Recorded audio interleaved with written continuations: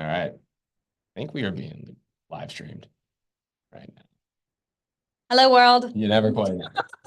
You never quite know. All right. I think we are. What do you know? Hey, there we are. Put that over there. And you ready to do this? Yes. Okay. Hello, hello, hello. Welcome, welcome, welcome to the weekly edition of the Not Your Average Investor Show. I'm your host, Greg Cohen. Today, we are missing Pablo. He is not here with us, but I'm going to try to do my best to fill his shoes here. And we have an incredible show and an incredible guest here with us today. Today, we're going to be talking about what to ask before hiring a property manager. And I have one of our absolute leaders here, Miss Kate Winter, joining us on the show. Welcome, Kate. Hi, guys. Thank you. Thanks, Greg. Excited to be here. So, I mean, you know what's really funny? I was just doing another training for another one of the groups that I speak with yesterday. And the question that kept coming up in the chat as I was training was, hey, Greg, what questions should I ask before hiring a property manager? Yeah. So I hope some of those folks who joined me yesterday are here on the call, but I know that this is a topic that's really fresh in the minds of many. And you know what? We got the best person here sitting right next to me to help you all know what questions you should ask when you make that decision. Let me tell you a little bit about Kate. So Kate is just one of the most amazing people. If you ever get the opportunity to meet Kate, and you'll see here, if you ever get the opportunity to meet her in person, she always has a smile on her face. She is always happy. She always brightens your day. And she is a badass when it comes to property management, okay? Kate's been on our team for 8 years. She's a manager of our property management team. And during that time, Kate has overseen JWB property management starting from, well, 8 years ago, we had about 1,500 doors under management. What's the number now, right? 5,700. 5,700. So if you would like to talk to somebody who knows what it's like to go from 1,500 doors under management to 5,700, we've got the right person here. She's overseen our team growing from what, roughly about maybe 10 folks on the property management team. Now we have about 35 folks on our property management team. And of course, at JWB, we have roughly 140 folks here, all under one roof. All under Kate's leadership and direction. So Kate, we are super, super happy to have you. Thank you for being here. Wow, very nice of you. Thank you so much. Of course, of course. So we have this topic that we take, from our audience. So when we hear that there's these same questions that are being asked, we try to, of course, create a show about it. And today's show is going to be all about that. But before we start every show, we do something. You know what it's called, Kate? Roll call? The roll call, baby. That's right. Don't mess that up. So I won't put Kate on the spot too much. We'll see if we can go through the roll call here. And let's see if I can get everybody in. If you would like a shout out, now's your time for the roll call. I know we have some new friends that are joining us as well. So Johanna, our community manager. Johanna, thank you for being here. We love you. If anybody would need anything during the show, we are here to serve, and Johanna can help you out with that. We have a Not Your Average guest. It's Jamie Pedraza from New York. You know what? I don't know if that's a new name. That might be a new name. How about this? Starting off the show with a brand new person to the show here. Thank you for being here. Laura Colby from Washington State. Laura, great to have you. We've got the MVP, Mr. Lee Bishop, checking in here. Lee, Hey, I wanted to let you know, we've got your blanket for your donation to JWB Cares on the way. We got it sent back to us. So we're going to reach out to him. We're going to figure out how to get that blanket. We're going to get you that blanket. Thank you. Thank you for your donation to JWB Cares, Lee. We've got the leadoff batter, John Henning, saying hello. We've got Ed Lincoln Lowry saying hello from rainy Jacksonville. Of course. We got Jeff Lenbay, of course, JWB teammate representing. We got the king of the beach, Christopher Lee from Fernandina Beach. Dina. There we go. I was talking to Kate earlier. I'm like, are you going to be a part of the roll call? I knew I couldn't keep Kate out of the roll call. We've got El Maestro, John Williams, world famous composer from Long Island, New York. Really nice to have you, John. We've got Mark Sauer from Cincinnati, Ohio.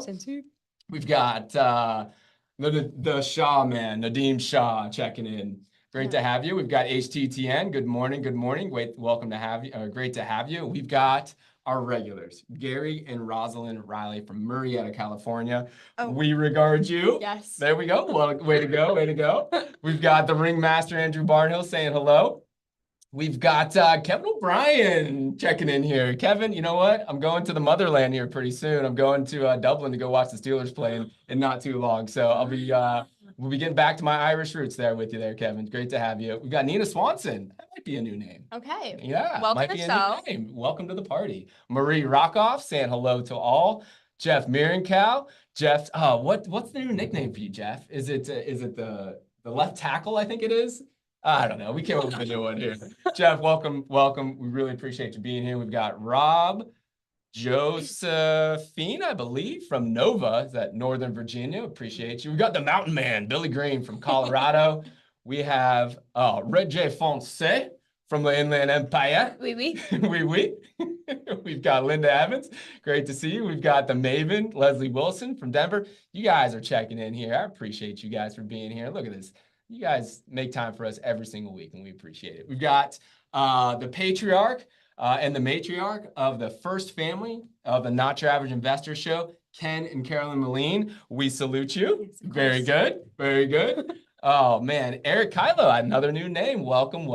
We've got, Shaniqua, who says Kate is amazing. You got some Wow. friends out there. All right. Thank There you. we go. Bob Wiesner. Oh boy, this is a meaty roll call, guys. So thank you all. Crystal for being here. Thank you. Left tackle. The left tackle. There we go. Thanks, Jeff's Jeff. the left tackle.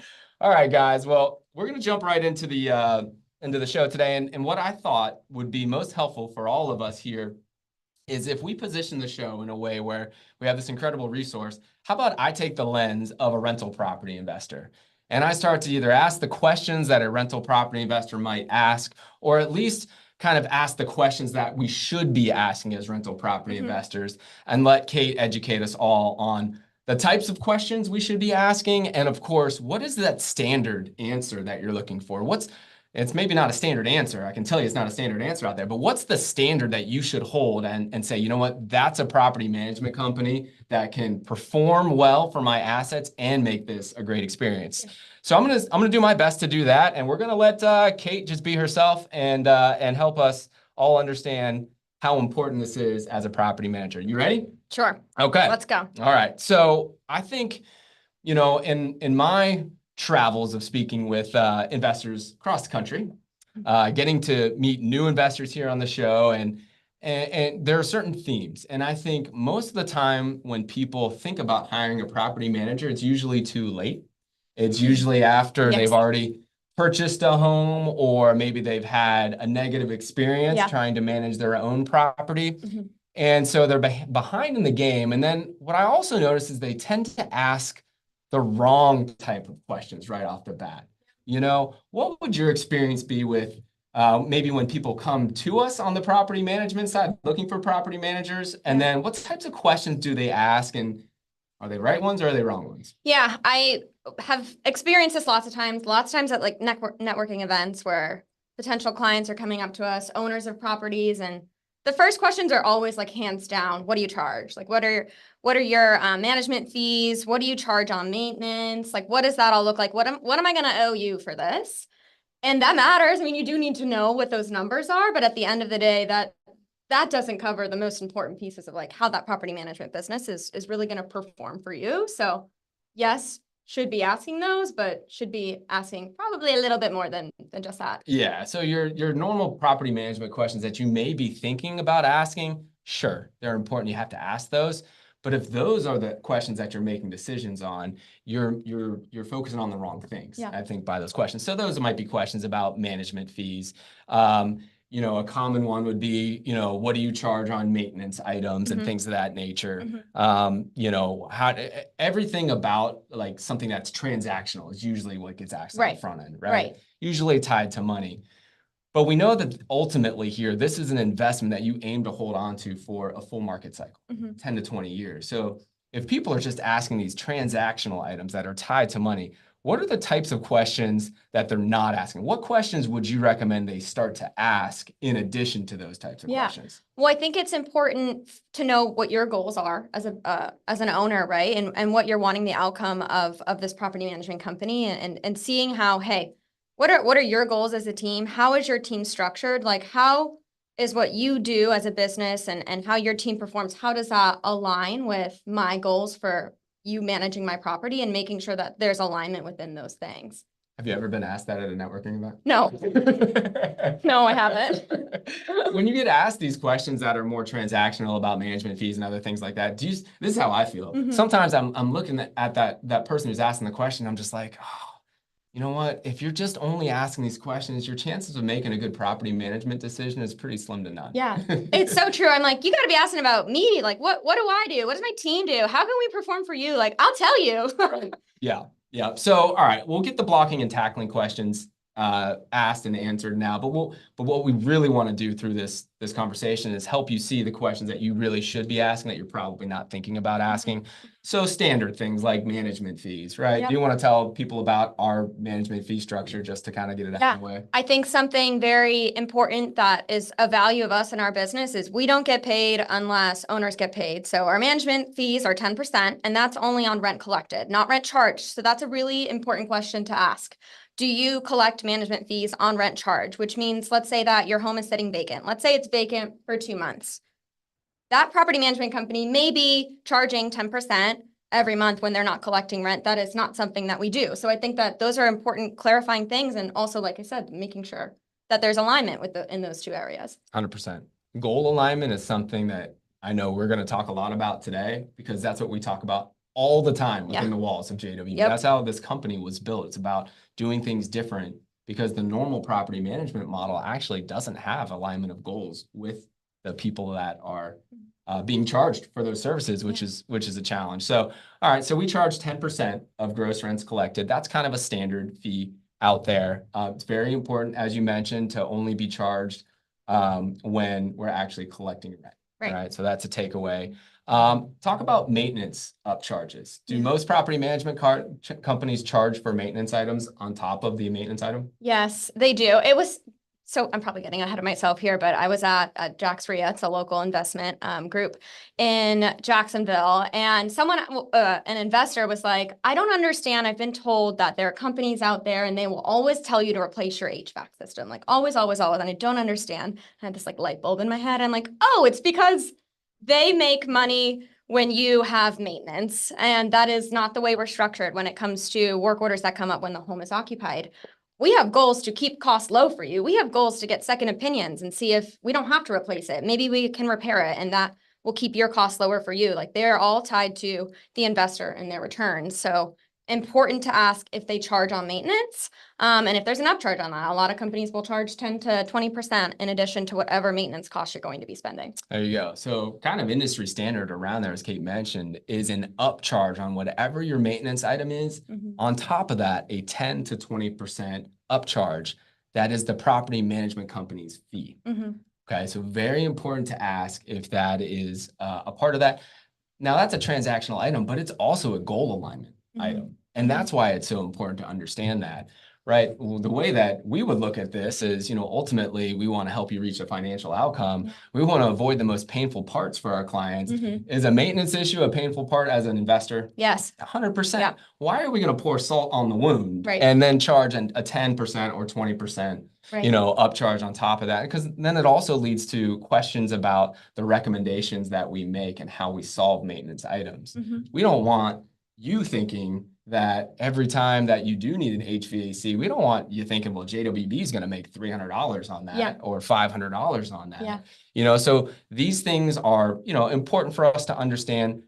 But the real thing is, what questions do we need to ask about goal alignment so that you know how your property manager is thinking and making decisions and incentivized? Would you agree? Yes, agreed. All right. So let's talk about those things that are more about goal alignment. I would say incentives.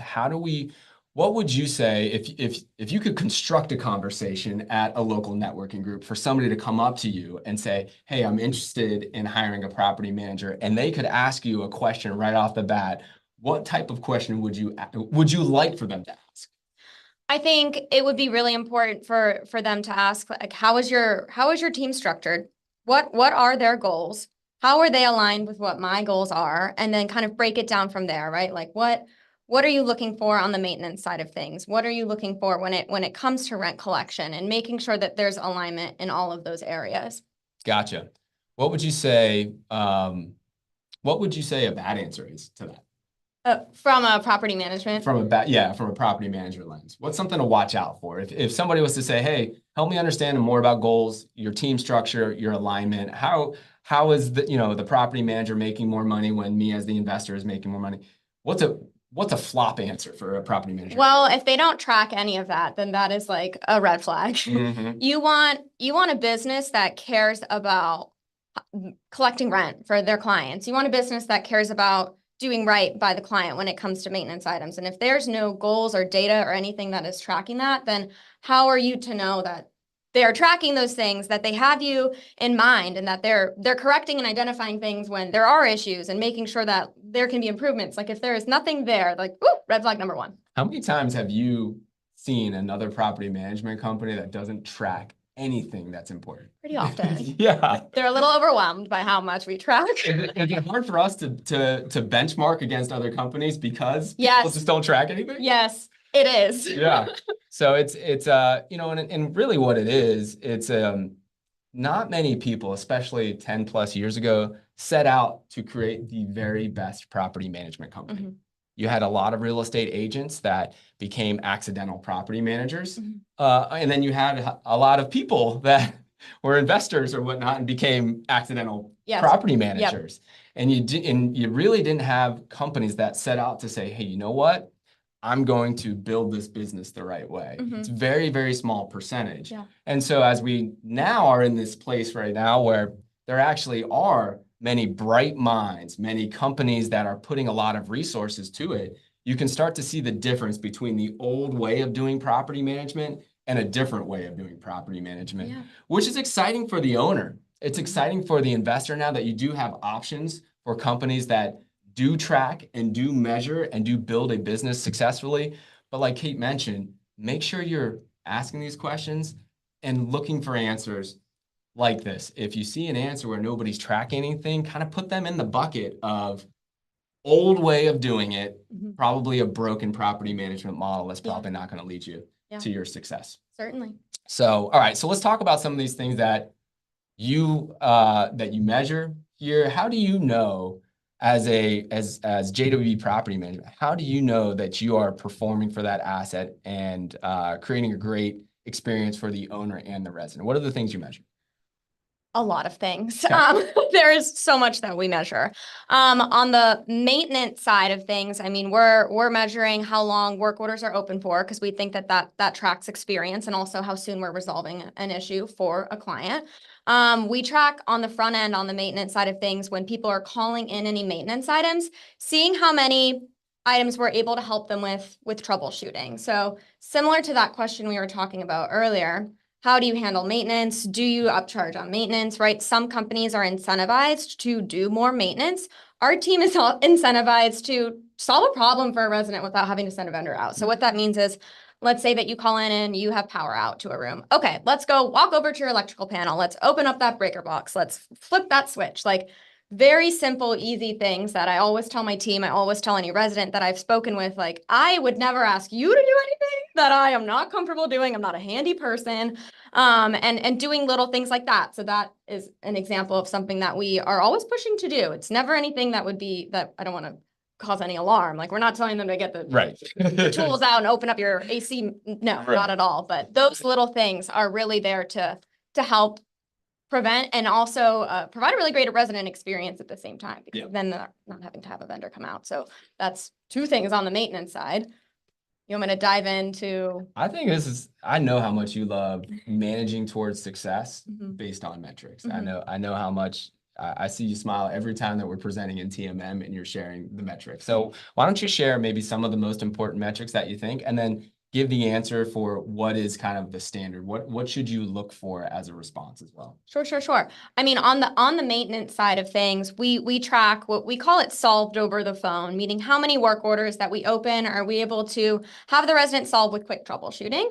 So that is something that we track. Last year in 2024, we solved, I think it was 3,800 work orders over the phone. That was 20% or maybe 22% of work orders that were opened last year. So something we're really, really proud of.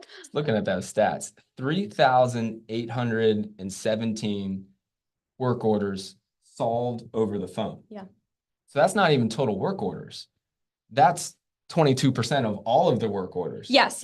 Right. Those are ones we didn't have to send a vendor out because they were able to reset a breaker, switch out a light bulb, check their thermostat settings on their AC machine, simple things like that. What was the cost on those 3,817 work orders to the investor? So if you were to equate that, where we'd have to send out vendors for all of those, you could average that out to over $380,000 that clients would have been charged if we hadn't been able to successfully troubleshoot those.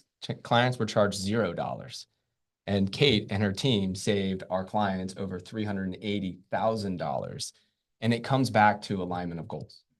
You know, alignment of goals. We understand that long-term, we want to get to financial outcomes for our clients. We understand we want to avoid the pain points. We understand that in order for us to accomplish our financial goals, we need to help you accomplish your financial goals so that you come back and buy more houses from us. We don't look at property management as the main profit center within JWB. So that allows us to make the decision that we're not going to mark up maintenance costs. That allows us to make the decision that we're going to have great leaders in place that are going to manage to metrics. One of those metrics is, how do we drive 22% of all work orders to be solved over the phone so that the owner at the end of the day is charged $0? Whatever questions you need to ask to get that type of an answer from a property management company are the questions that you should be asking before hiring, okay? Yeah. But very few people ask those questions. Yes. They wouldn't think to ask, right? You never would know. Yeah. You never would know. And this is why this kind of paradigm shift of the old way of doing property management to the new way of doing it is very important to understand, right? This also goes back to the vertically integrated business model. You know, what we should probably point out is most property management companies simply don't have the opportunity to not charge maintenance markups. Yes. Yeah. Right? Because a normal property management company doesn't sell properties. They don't have other income streams, and their income streams are largely maintenance markups, tenant placement fees, and then of course management fees. Yep. But if you ask a normal property management company who's probably struggling to make ends meet anyway, to just cut off a significant part of their revenue by charging $0 on maintenance markups, they're just not going to do it. Right. Right. So you got to invest in those questions that help you understand the alignment, the model that your potential property management company is employing. Yeah. Way more than just what's your management fee. And with like maintenance specifically, like their goals, our goals, the answer you would want to hear is that they're tied to protecting your asset, protecting your returns. And like, that's what our team's goals are, where a lot of companies, their goals, and I don't know that they would share it with you, are to make money from maintenance, which means they are charging you more maintenance. 100%. All right, let's talk about another one of your favorite metrics. Share why you love this metric. What is kind of a like the gold standard? What should people be expecting when they ask the question, and maybe how it aligns? Sure. Well, renewals. Renewals. I knew we were going there. He said, which one's my favorite? Well, it's renewals. 100%. Something, I mean, when I first started, like I was very quickly drawn to renewals. I was like, I grew up playing sports. I like loved the achievement of like scoring a goal. And like, that's what renewals was for me. And so it was fun to kind of grow that passion with it. But really with renewals, you want to ask, what's your renewal percentage? Like, how many leases are you renewing every year out of like total leases that are ending? If they don't have an answer, concern, because they should care about keeping your home occupied. There are a lot of companies out there that make their most money off maintenance, like we talked about, and then tenant placement fees. So they actually might want that resident to move out. And that we actively work so hard to make sure that we've exhausted every last effort so that they renew their lease, they stay in their home. It's a reflection that they're happy. And then it's a win, obviously, for the client to not have that home go vacant, which is a hard time when that happens. So we have goals surrounding making sure that we're renewing as many leases as possible every single year. What's our target this year for the percentage of leases renewed? Our target this year is 75%. So far, we're at 76.55%. She knows her numbers. We're on track. 76% of leases renewed is the most I have ever heard in property management.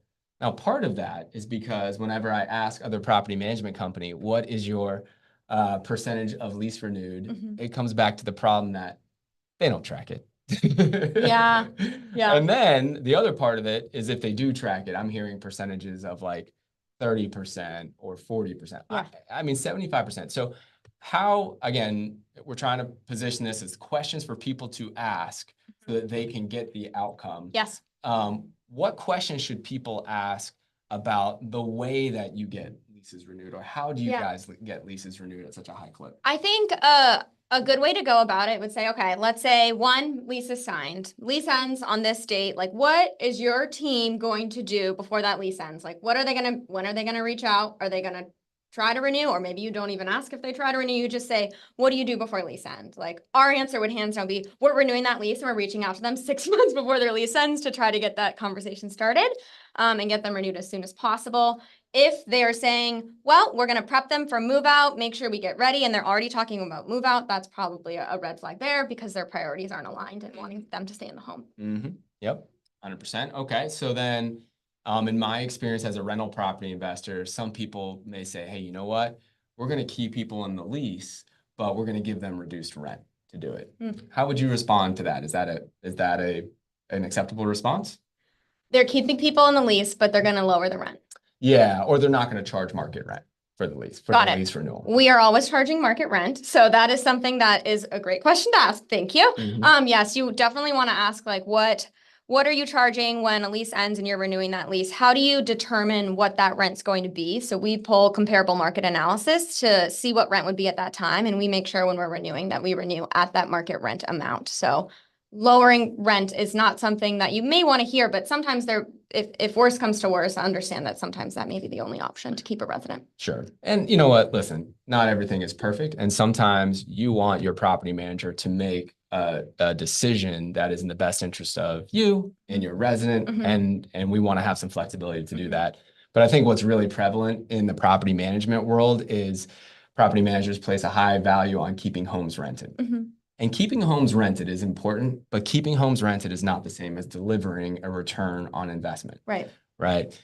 What we really want to do is to keep our homes rented and charge market rent. Yes. That's very hard to do. And so you have to ask those questions to be able to make sure that you're getting to that place where in your mind, you're saying, okay, this team is going to do both of those things. We also need to make sure, and I know I'm preaching to the choir here, I know how much you lead our resident experiences, but we have a resident that we're taking care of. Can you shed some light on how we are able to keep homes rented at market rent and to take care of residents on the other side? Yeah, I mean, for us, like everything boils down to the resident's experience in the home. So like that has to be priority number one always, right? We are not going to renew a lease if they had a poor experience while they were in the home, if they had a bad move-in experience, if they had a bad experience with maintenance, if they had a bad experience with who knows what. I think communication is so important when they're reaching out, making sure that we are all over getting them whatever responses that they need and that we're prioritizing that communication. And then we are also tracking the resident experience as a goal as well and as a stat. And I don't know if you want me to dive into that, but it's your world. Yeah, I'll dive into it. So we track NPS, stands for Net Promoter Score. So it's a way that you can track customer satisfaction. It's not something, I mean, that's question number one is ask a property management company, do you track resident satisfaction, NPS, anything like that? Their answer is going to be no. We do. We care a lot about our residents' experience. And so we send this survey out to them every 6 months. It asks how likely they are to refer JWB, property management to friends or family, and we track it from there. So that is something where if we see a low score come through, we're on top of it. We're calling them right away and we're saying, hey, what went wrong? What can we do to earn a 10 from you next time? And then anyone who gives a great score, amazing. And making sure we continue providing that experience that we are with all residents, right? I love it. I'm just kind of taking some notes as a rental property investor here. And I'm in my head as this conversation is going, I'm like, okay, cool. We got the blocking and tackling questions that'll come up through the conversation, but the real ones are right off the bat. How do I understand that goals are aligned? So there's kind of like a goals alignment, section of questions that you probably want to figure out. That'll lead you to team structure. That'll lead you to metrics that the property management company cares about. And all of that should, lead to a place of delivering a good return on investment for you. if you ask those questions, I think you're on the right path. But then there's a whole set of questions that are related to how do we take care of residents on the other side? Yeah. Because if your property management company does not equally care about the resident experience as well as the investor experience is not going to be great. Yep. Yep, Right. yep. So what are some of those? So some of those questions to dive into the resident experience that an investor might ask. They should ask about resident NPS. Yeah. Right. Net promoter score. Mhm. What else should they ask to make sure that the property manager is also providing a world-class experience for residents? Yeah, I think what is your relationship like with your residents? Like, what do you do to prioritize their experience and make sure that they're happy in the home, we're addressing their needs and making them want to stay and renew their lease at the end of things? Not really sure that that's a common one that people are asking.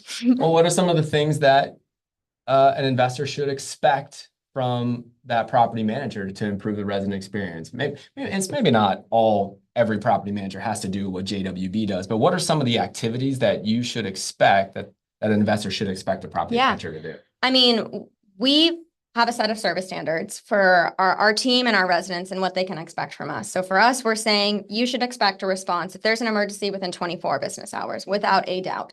If there is a non-emergency, for sure, 24 to 48 business hours. We want to under-promise, over-deliver, ideally get back within 24 hours if it's not an emergency. Making sure we're available on the phones. We pride ourselves in being able to answer 90% of phone calls. So being able to, one, be available for our residents is very important. So you want to make sure that that is something that you hear as a prioritization. One, we track those experiences, net promoter score, obviously hearing for how we actually have it as statistics. It's something that we clearly care about because we are tracking it. We have goals for it, not something that you may hear in other places. And then we also do a lot for our residents. I mean, we have budgets in place that you wouldn't hear about in other property management businesses. We have something called a love budget. And our property managers each have $100 a month and they get to do whatever they want with that money. So we had a resident who recently just had a baby. We went onto their registry and we ordered them something from their registry. Like, what property management business out there is doing that? We had a resident who just turned 100 years old and their property manager went to their door and gave them flowers and a balloon. Like, those are the little things that make me so proud and so happy that are the things that we do to protect the residents' experience and make sure that it's at the forefront.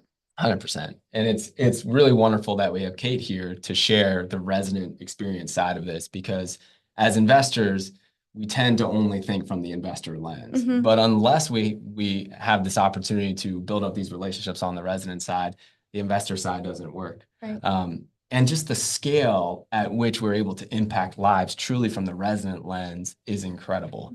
You know, we have about 1,700 investors with JWB, but we have about 5,700 homes that we manage, Mhm. which is probably about 8,000 to 9,000 residents. Yes. That we provide the housing situation, and the home, of course, is a foundation for all of our lives. So if we think about real impact, Mhm. right, it's from both lenses. It's the investor lens and how much good we can do from the resident lens, and it's just not talked about nearly enough in investor circles. Yeah, you're not going to be able to provide your clients with the results that you want if the residents aren't happy in the home, right? Like, you've got to protect their experience. Otherwise, the client's experience will suffer as a result. 100%. 100%. All right. So we've talked, I think this is good. I didn't know exactly how our conversation was going to go today, but I think if we can kind of help folks understand, listen, work a little bit beyond the blocking and tackling, start to understand goal alignment, right? Because then that will lead you to, in your mind, you'll say, hey, you know what? They can deliver a good return on investment for me.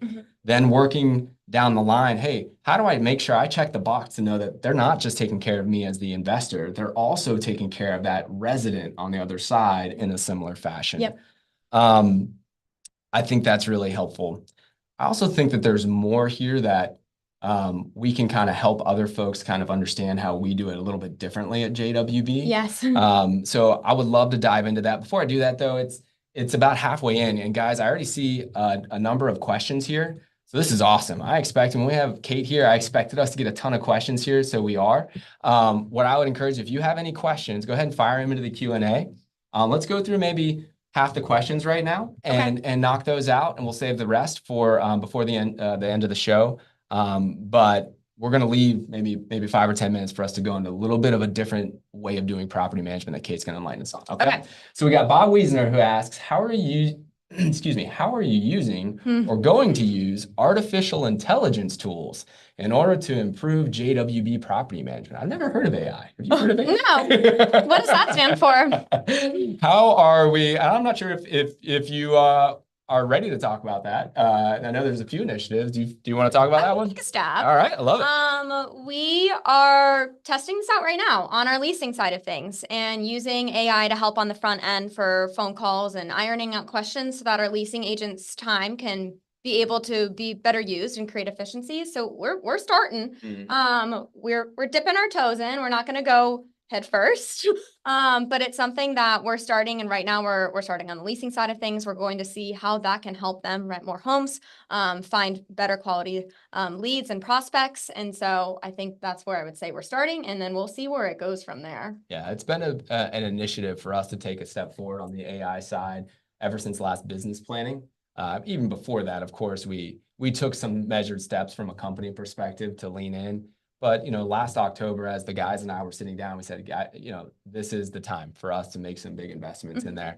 And, when you're leading a ship of 140 individuals and impacts tens of thousands of people, you got to do it in the right way. And so for us, I know that, was it last week we switched our phones over? 2 weeks ago. 2 weeks ago. That is a decision based on using artificial intelligence to help us be able to serve our residents and our clients better. I think about things like call recordings.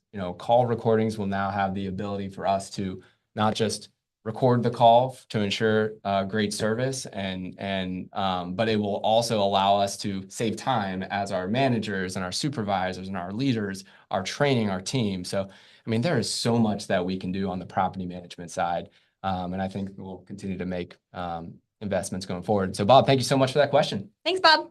All right, we've got Not Your Average Guest. What property management software do you use? Apollo, Buildium, Propertyware, or excuse me, AppFolio. Gosh, my eyesight has gotten so much worse. Oh man, I'm killing. I got you.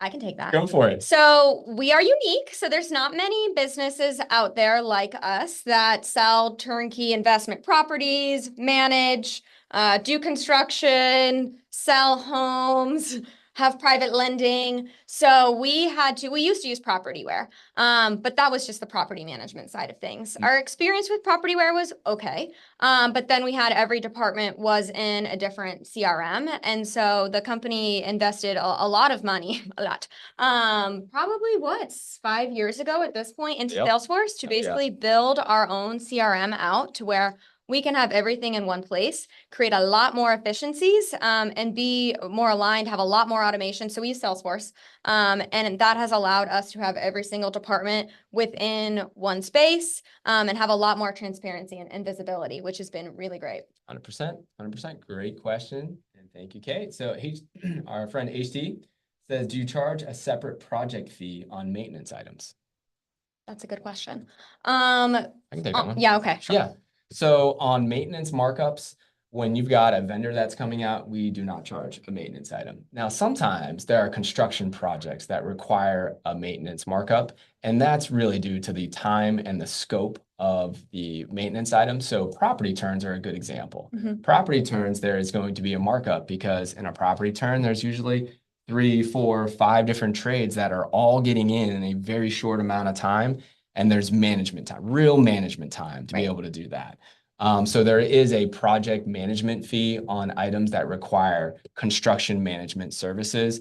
There is $0 on any maintenance. Exactly. Yep. The MVP, Lee Bishop asks, when maintenance or work orders come up, do I have a choice of who I can select for cost? Or do you have one person and I do not have a choice? That's a great question.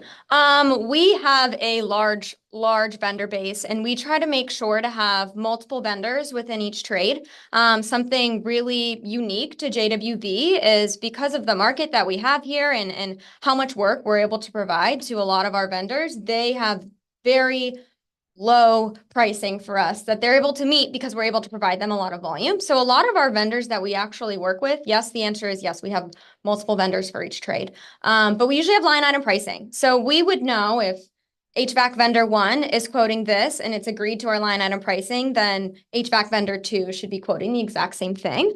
So that's typically how we work with that there. There may be 1 or 2 specialty trades where we only have one vendor for, and we know from like just being in the industry that they are the lowest cost, best option for us. But anything that is a large scope of work, we're usually always providing 2 quotes for our clients. So if it's something you're having to ask and say, I want another opinion, we should hopefully already have that second opinion for you. Yep. And I know a lot of times we'll get asked the question about, can I use my own subs? Can I use my own vendors? Mhm. Can I fix it myself? Yeah. What should the appropriate response be for on the property management side? Well, we would be telling them that there's probably no way they're going to beat out the cost of the vendors that we use. Sure.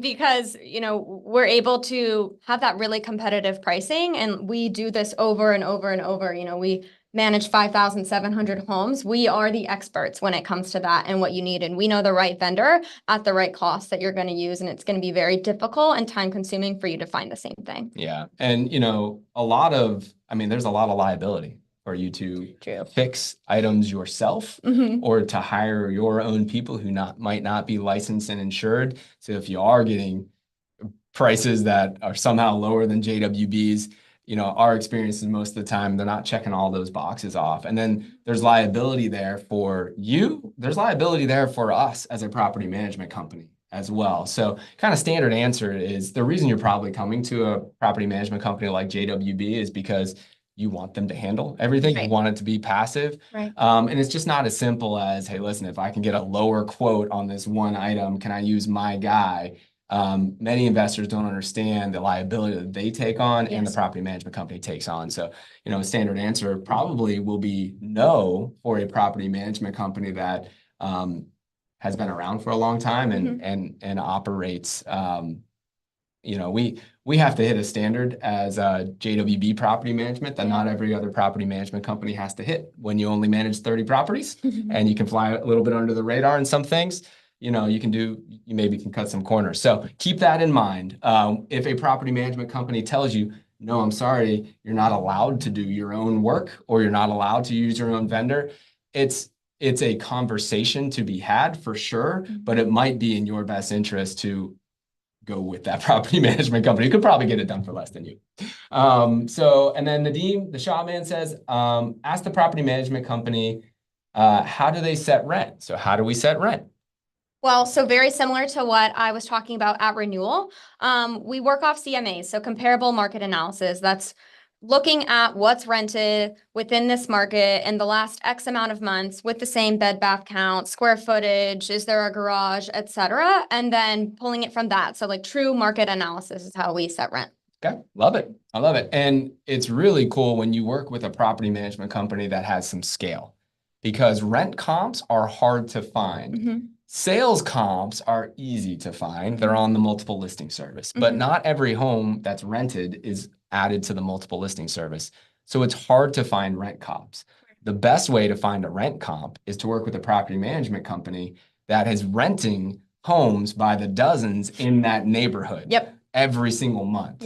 So when you work with a property management company at scale, using rent comparables, comp is another name for a comparable. Using a rent comparable, getting that answer on what your home should rent for is very easy. If you work, you know, with a company that doesn't have scale, it's going to be a lot harder.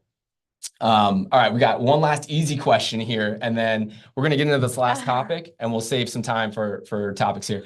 Can you tell everybody what your last name is? My last name is Winter, formerly Taylor. Just got married, so I'm still adjusting. Did I not even introduce you? In the beginning, is Kate Winter? Did I? I don't know what you said, but you definitely introduced me. It was really nice. Oh, cool. Well, this is Kate Winter. We have many amazing Kates here lots at of Kates. JWB. This is Kate Winter. There's Caitlin Kitchens and Kate Sutherland as well. There's more than that too. Yes, that's true. We got a lot of Kates. All right, so Kate Winter. All right, so thought this would be a great opportunity for us to shed some light on something that we haven't talked really about on the show. Mhm. It's never really come up yet, Yeah. but it is really a critical piece of how we deliver, I think, a better experience for the investor, the resident, and ultimately better returns on investment. And it's very different than how most property management companies are Yes. set up. It comes down to how we prioritize relationships and set up our team in a way, our communication within our team and within residents and whatnot. Can you shed some light on what we do that's different than other property management companies and why we do it that way? Yeah, sure. I'll start big picture and then we'll get more and more granular. So something already that's unique, like a lot of property management companies, the property manager themselves is that communicator with the owner. They're the communicator with the resident, and they're also the one renting out that unit, right? So if there's leads coming through, they may be showing that, working with that person, working with people who don't work out, et cetera. We start with three main departments. We have our leasing department. So they are really focused and specialized in making sure that we are finding the perfect prospects for these properties, making sure that they're qualified, and they're salespeople. Like that is what they are born and bred to do, right? And so they're a separate team there. So that's something that is somewhat unique, right? And then the second part of that is we have our property management department. So that's the team that I manage, and that is once a resident or a prospect at that time is qualified, paid up, put a deposit down, and ready to move in, their expenses are paid, they then fall into the hands of the property management department. So the property management department at JWB is, we cover everything that is resident facing once they move into that property. So you've heard a lot already. We are that maintenance team for them. We are there if we need to collect rent, obviously. We are renewing leases. We are their therapists sometimes. If they're unhappy with a neighbor, they're calling us and we're talking to them. Mhm. And so that's property management. And then we have our service department. And really that is the side of the business that is working directly with our owners and our clients. So again, something that is unique is sometimes when you're in a property management business, the person that you are speaking with is the one that is on the phone with the resident, doing maintenance and handling any work orders with, and then also communicating with you. So that is a little bit unique and different within JWB. And really the idea behind it is we believe that there are different types of skill sets needed for those three different departments and even more granular within those departments as well, because we want to be able to have them get the best result. And there are different type of people that are needed for that. And so that's why we structure it in that way. Mhm. I'll go more into like, I guess Yeah. our property management team is something that, well, on the maintenance team themselves, we have our dispatchers. So they are fully focused on incoming maintenance, right? So we talked a lot about that at the beginning. Troubleshooting is really important. So making sure when applicable, they're troubleshooting, making sure that they're assigning those work orders to the right vendors, checking anything like warranty. Those are people that need to be detail oriented. They need to be able to show empathy on the phone as well as like a sense of urgency, because these are people who are calling in about their homes, the place that they live. And it could be as minor as I have a little drip under my sink or my house is flooding. And we want them to give that right response and to handle that appropriately, right? Mhm. And then we have our maintenance coordinators, and they are the ones who are assigned the work order and working with that resident from there and that vendor from there to make sure we get that problem solved. Mhm. So a little bit different, right? They are more, okay, we're going to get to the finish line, where dispatch is making sure that we are focusing on those details. We are checking the warranties. We're making sure you know that you're prioritized, and we're letting you know what next steps are. So that's our maintenance team. Mhm.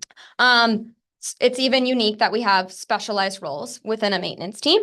And then our property management team, we're also unique there in that you've heard us talk about our main metrics on the property management side of things. And that's rent collection, that's renewals, and that's resident experience. So within our property management department, we have roles that focus on each of those things. And so they're working in these mini teams.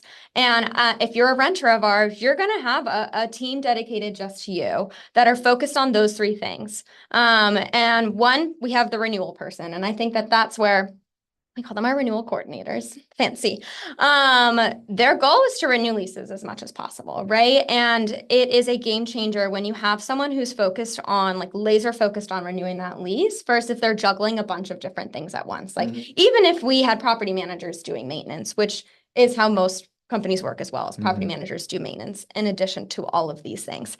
It allows them to get perform at a higher level.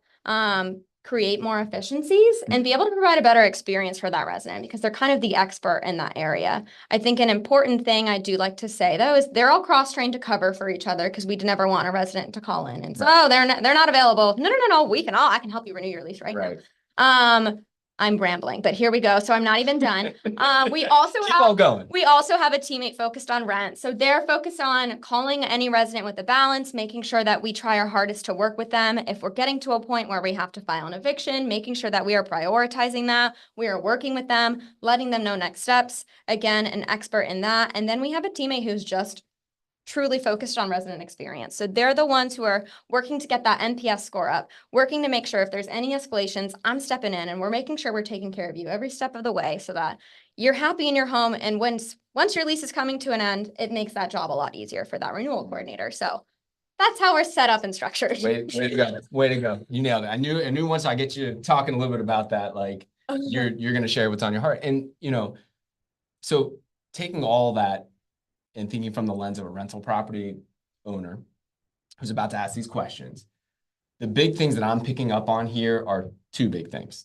I'm thinking about specialization, right? Yeah. And I'm thinking about that specialization then allows us to perform better and to do better in these metrics. Yes. I think that's where this specialization really shows up. So and as I'm starting to think about some of these amazing metrics, Kate gave me some of our amazing metrics. So prior to the show, right? I think about like our rent collection. Our rent collection is a little bit over 98%. Yes. A little 98.6. Industry average. How about that?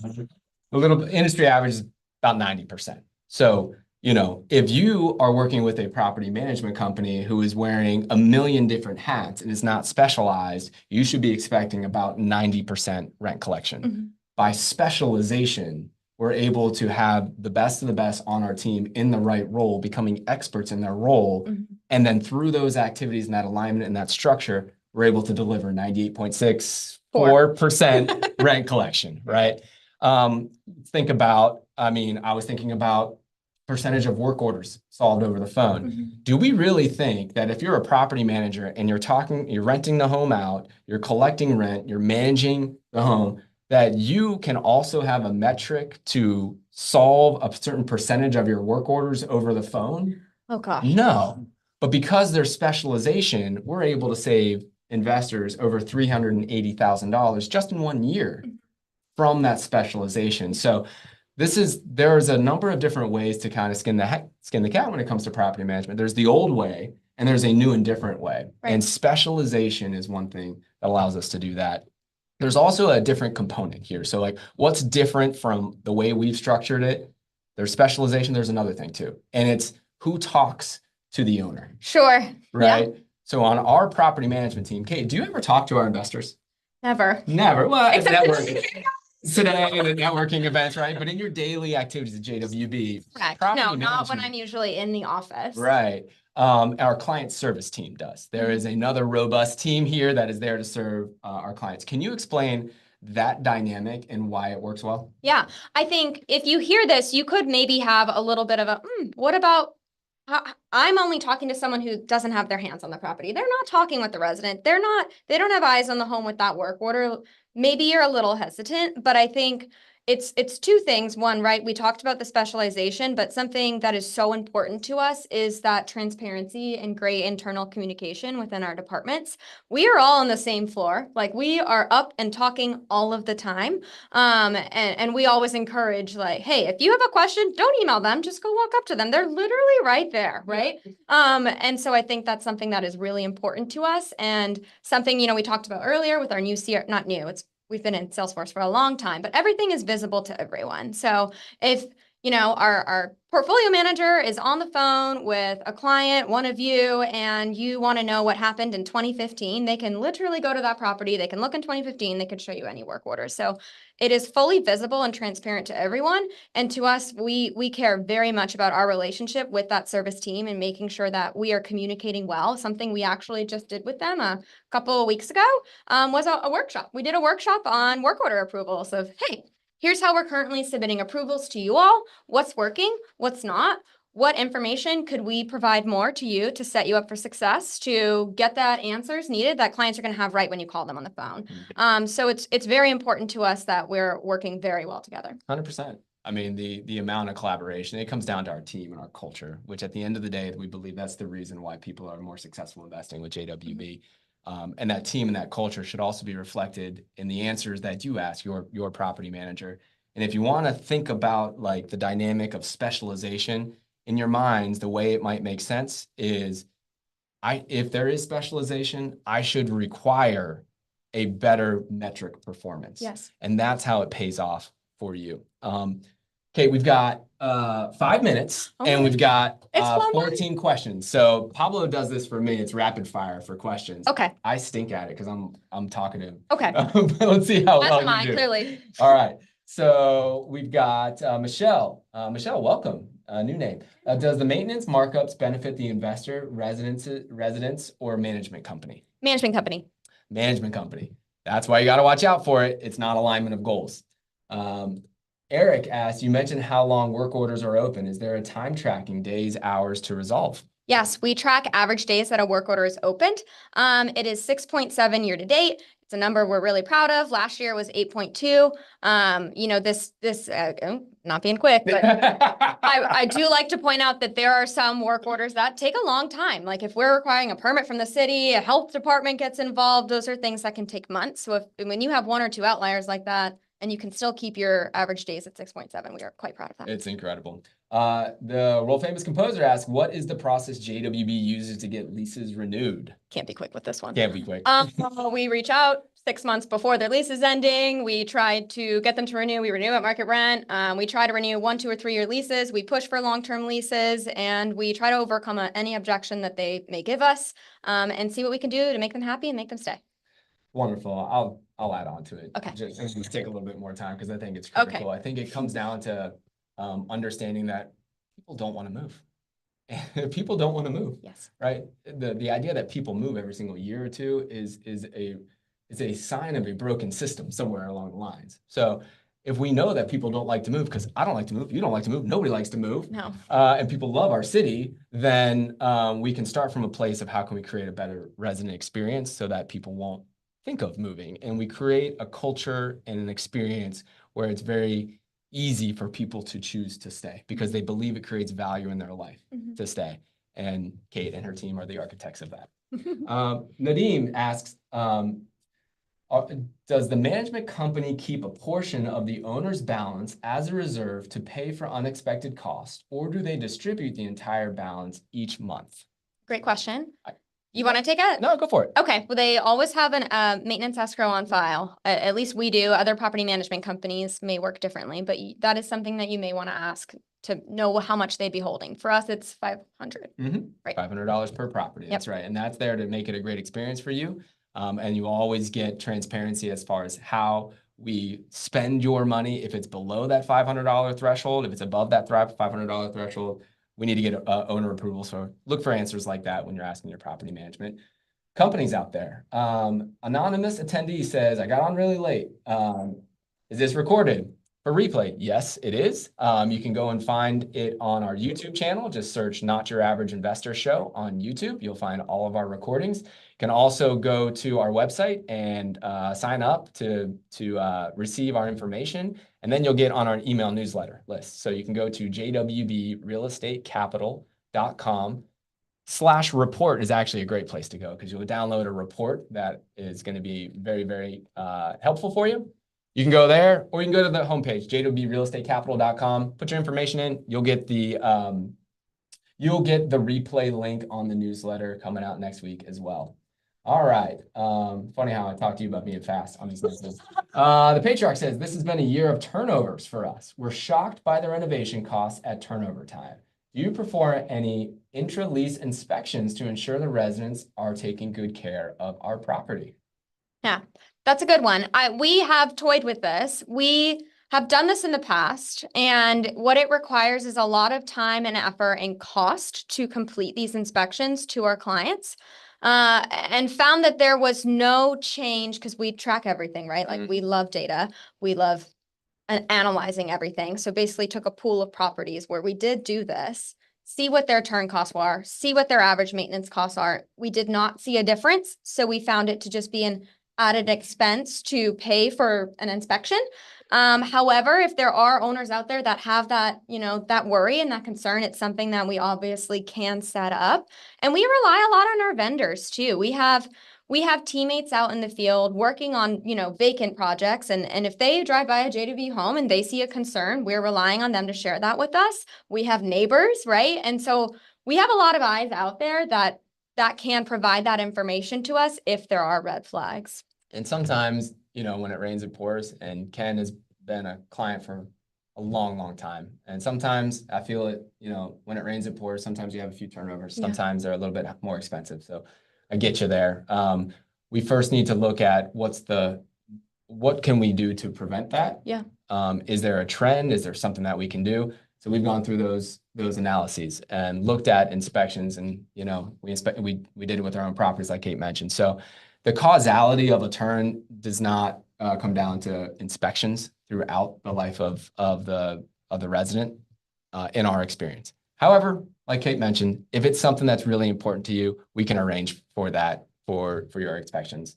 The MVP asks, do you have somebody assigned to you or your account to be your advocate to alleviate the anxiety of being kept in the dark of your portfolio? I think this is the MVP setting us up here for to us look like rock stars. You want me to take this one? Yeah. Yeah.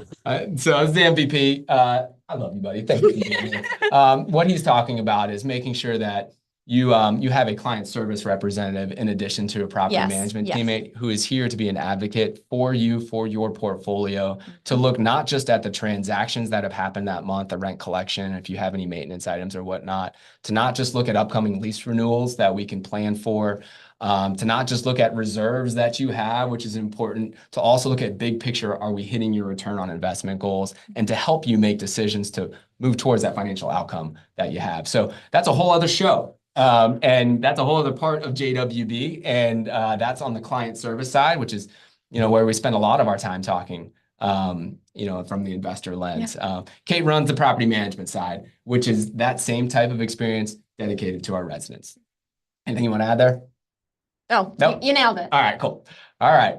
The Maven, Leslie Wilson, asks, why does JWB keep the rent the same of year 3 of a lease when they raise it for year 2? Interesting. Well, we've changed this in the past. We actually used to, originally when we started doing long-term leases, it was the same for 3 years. And then we decided to, okay, let's increase it, but on the 3rd year. So year 1 and year 2, it would stay the same. And then year 3, it would increase. And then we changed it to, okay, well, let's get that increase sooner. Let's have that increase start on year 2. Keep it the same for year 3, because we do still want there to be an incentive for someone to move in and choose that 3-year renewal of like, hey, this is a guarantee that your rent is going to stay this amount. We think that it is better for your home to stay occupied than signing a 2-year lease over a 3-year lease to guarantee a certain increase there. 100%. I think big picture here, it's all about creating a win across the board. Right. And what we understand is that when your residents stay in your home for a long period of time, you have less maintenance costs, less vacancy costs, less property management fees. You end up winning on your investment. But in order to get people to stay a long time, we want to create an incentive for the resident as well. Right. And so that happy medium where everybody can win is that long-term lease. The only time that residents will find that their rent stays the same year over year is when they commit to a 3-year lease. And when they do that, we're going to keep the rent the same in the 3rd year. So it's a matter of making sure that everybody wins together. Mm-hmm. And what we know is long-term resident stays lead to better returns for investors and better experiences for residents. Mm-hmm. Guys, you have some incredible questions. Thank you for sending those in. What we will do after the show, because we are out of time, is we'll make sure that our team can reach back out to those folks who have questions and get you those answers. But I want to say thank you to the audience. Thank you for being here. Thank you for taking an hour out of your day. It is never lost on myself, Kate, Pablo, our entire team here, that this community is special and you guys make the time here. Next show, we have our quarterly market outlook. We are doing the Q4 Jacksonville real estate market outlook. So I hope that you tune in next Tuesday at 12:30. Kate Winter, thank you so much for being here. Thank you for sharing your insights, who you are, what drives you, what drives JWB. I think you just enlightened a whole lot of people out there to have better conversations with property managers. Thank you. Thanks, Greg. Thanks for having me. All Appreciate right, it. and we got one thing to say on the way out. You know what it is? All right. Okay, I got All right, you ready? Mhm. All right, 1, 2, 3.